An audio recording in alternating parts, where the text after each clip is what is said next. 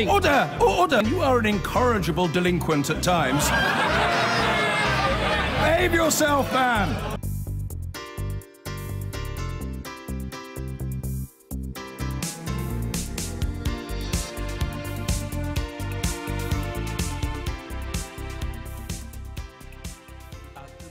Now, Facebook is to be fined a record £500,000 by the Information Commissioner. That's the maximum fine possible for misuse of data in the UK.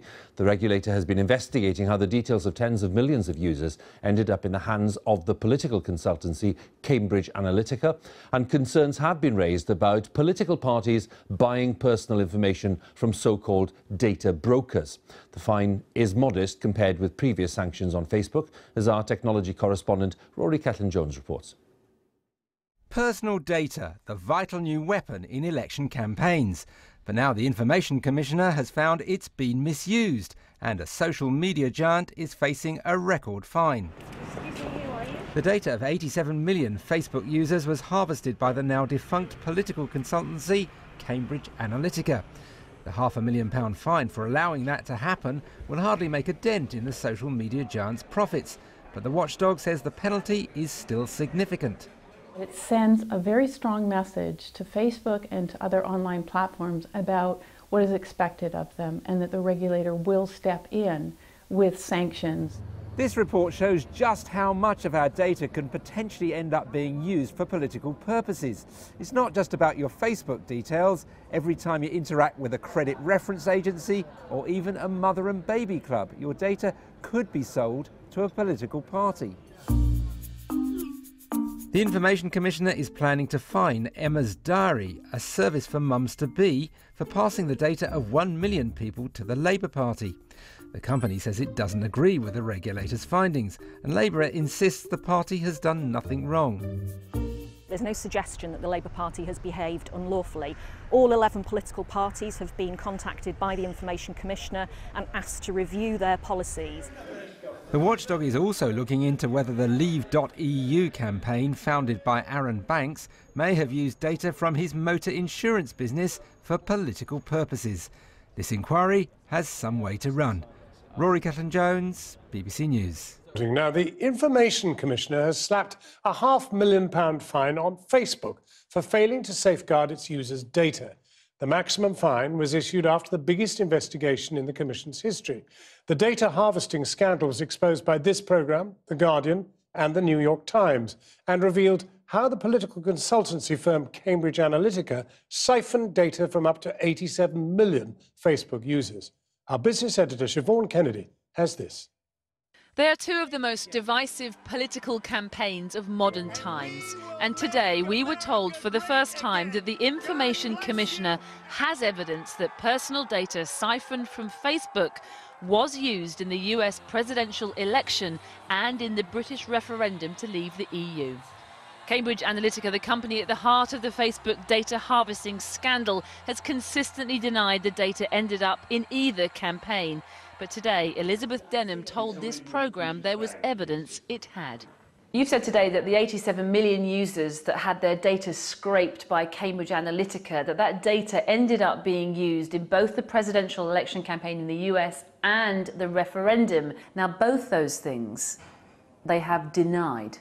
That's right. Are you saying today that you have seen data from your investigations that prove to you that the data was used in both those circumstances? We have hundreds of terabytes of data that we have seized, and we have to go through that data forensically.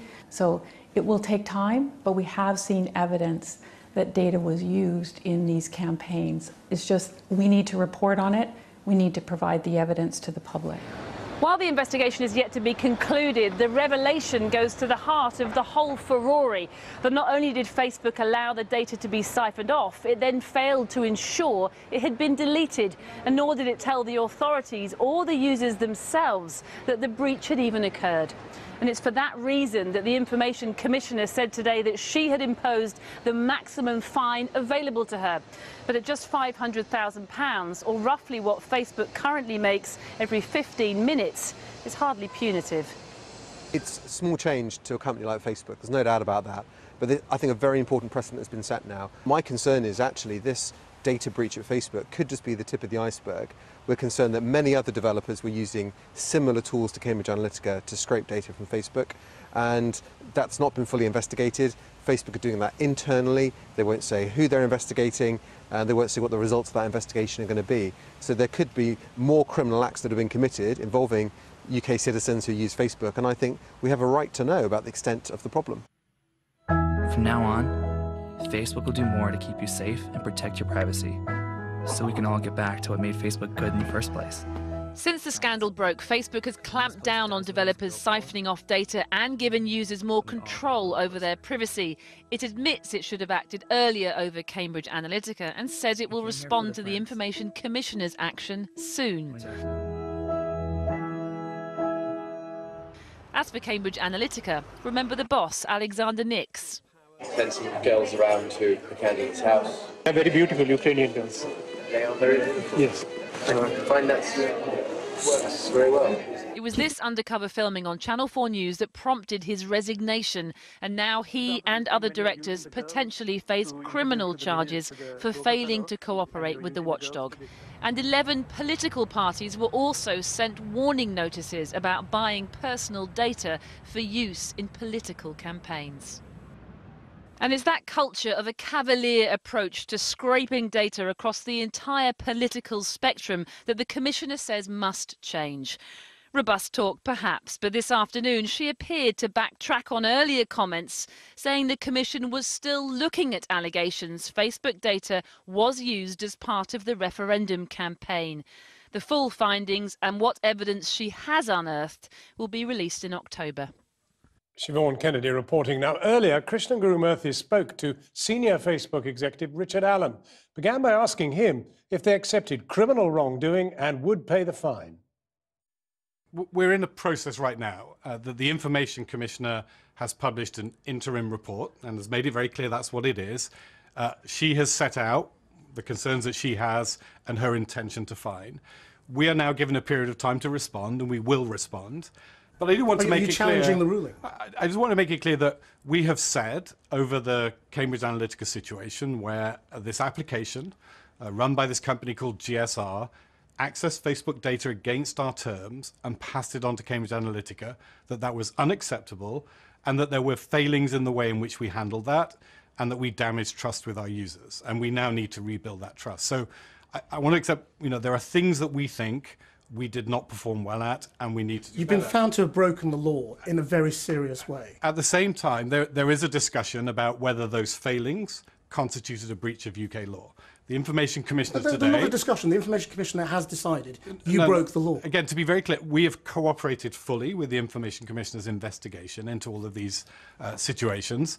We've shared information with her. We've worked closely with her. She has published an interim finding that, in her view, we've broken UK law in certain aspects.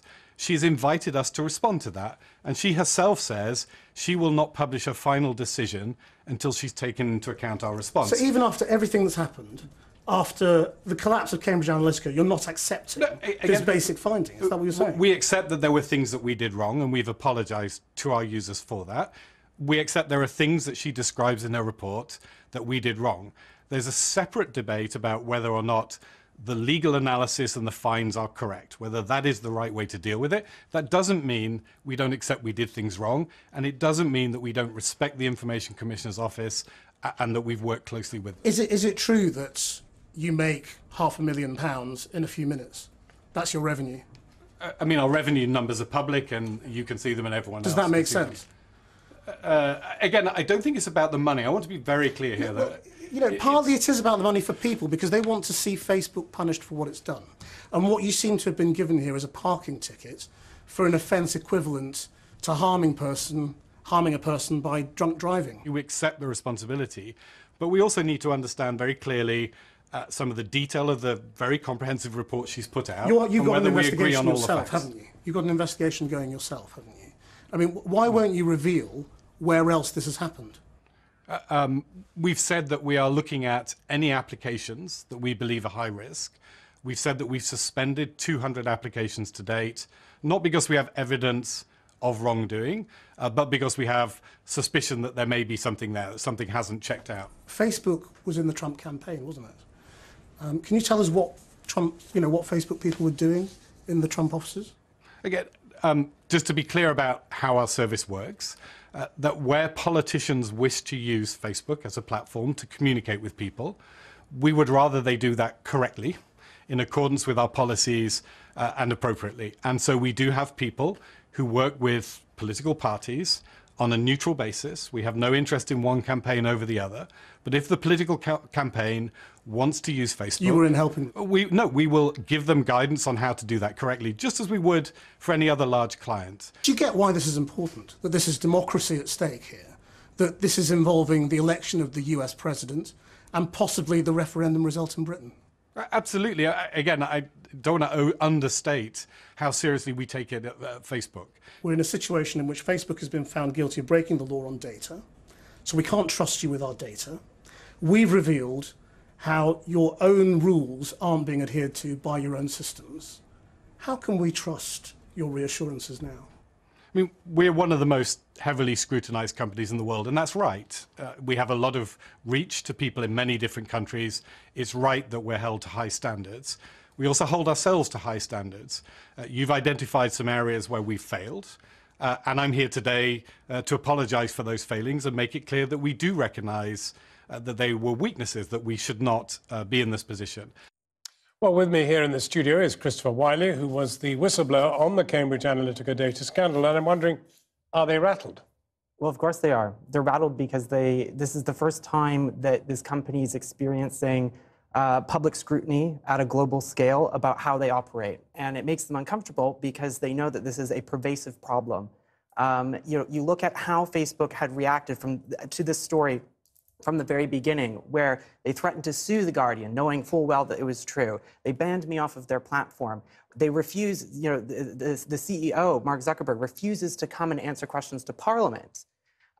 When Mark Zuckerberg is asked questions at the European Parliament, when he's asked questions at Congress, he doesn't give answers. He's just, I'll get back to you, I'll get back to you. What they're trying to do right now is ride this out. But what has happened is the Information Commissioner has issued a finding that they've broken the law. And they can't escape that. The law is the law. Data crime is a real crime, and Facebook has breached the laws of this country and is going to have to own up to it. The fact that they refuse to guarantee that they're even going to pay the fine, I think really shows how little this company understands their role in our society and the impact that they have on our democracy when they won't even assure the public that they'll pay the fine.